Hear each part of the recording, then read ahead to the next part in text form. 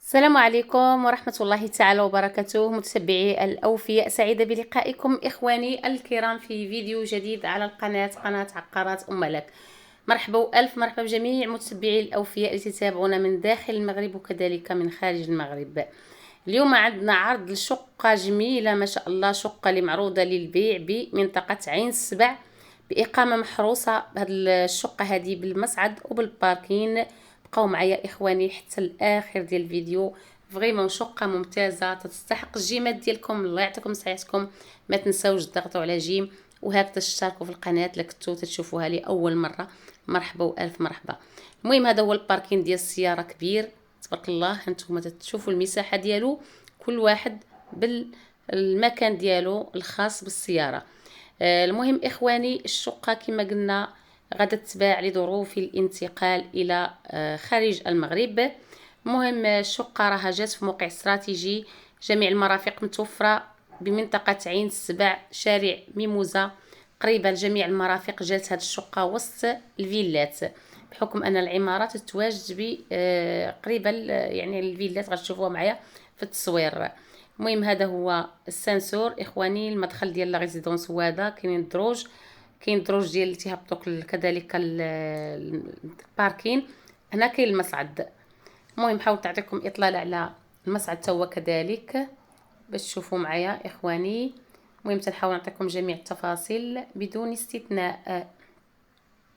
الشقه المساحه ديالها 103 متر مربع، تتواجد بالطابق الثاني. على الدخله تلقاو صالون مفتوح على الشقه، صالون كبير. وعند هاد الشقه جوج واجهات، تتكون عندك الشمس ديال الصباح وعندك الشمس ديال العشيه. كيف ما تتشوفوا انا تنصور في العشيه الشميشه داخله حتى القاع الصالون. هذا هو الصالون.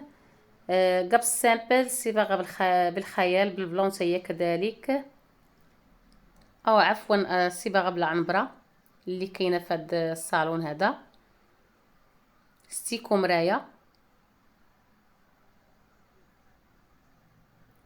هنا كاين بالكون في هذا الصالون.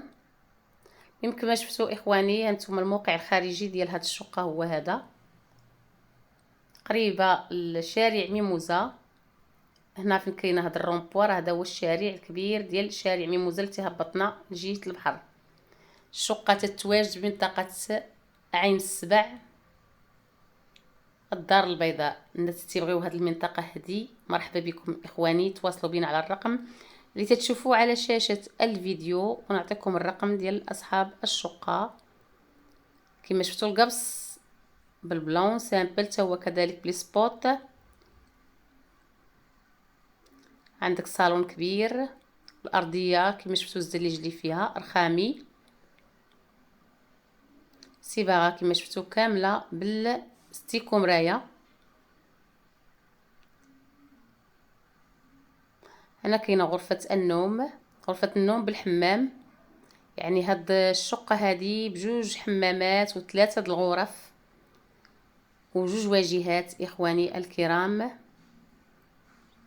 كما شفتوا هاد الغرفه هذه ديري ليها هاد اللوين ديال الصباغه.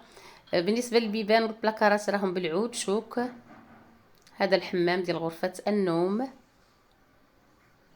الناس اللي باغيين هكذا يحطوا العقارات ديالهم على قناتنا مرحبا بكم نتوما اخواني، تواصلوا بينا ونجيو نصوروا لكم الشقق ديالكم فين ما كنتو، مدينه الدار البيضاء او نواحي الدار البيضاء. بلاكار العود ديالو شوك ما شاء الله. هانتوما واخد العرض ديال الغرفه. فريمون شقه ممتازه في الفصاله ديالها وكذلك حتى في المساحه ديالها. بالنسبه للثمن اخواني تيقولوا 110 مليون وقابله للتفاوض، لانها جات في منطقه اللي شويه دايره الثمن. القبص راه بلي ليد، بلافون كما شفتوا فوق ديال الصالون وديال المراح. هذا الحمام الرئيسي ديال الشقه.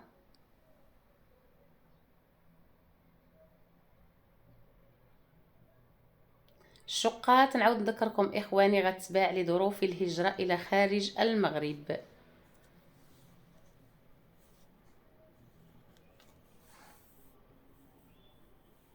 نمشيو دابا نشوفوا الغرف اللي باقيه ونشوفوا كذلك لا كويزين.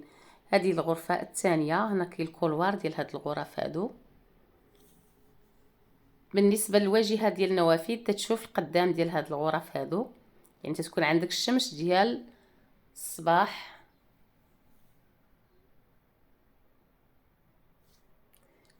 تتواجد هاد الشقه بالطابق الثاني. بالنسبه للنوافذ راه كلهم بالكرياجات، كلهم بالكرياج، يعني ديجا انها مسيكيليزيا هاد الشقه هادي. هنا كاينه الغرفه الاخرى فيها جوج ديال النوافذ، بحكم انها جات شوكيه هاد الغرفه هادي، جوج ديال النوافذ اللي فيها. الصباغه هي كذلك بالخيال بالصومو. بالنسبه للكرياجات كما شفتوهم راه بالانوكس، يعني الكرياجات راه تقريبا واحد 10,000 درهم غير كرياجات.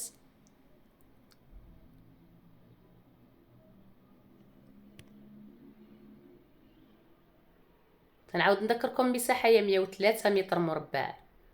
تتواجد بمنطقه عين سبع قريبه لشارع ميموزه، قريبه الرومبو ديال ميموزه، قريبه كذلك لواحد كلينيك.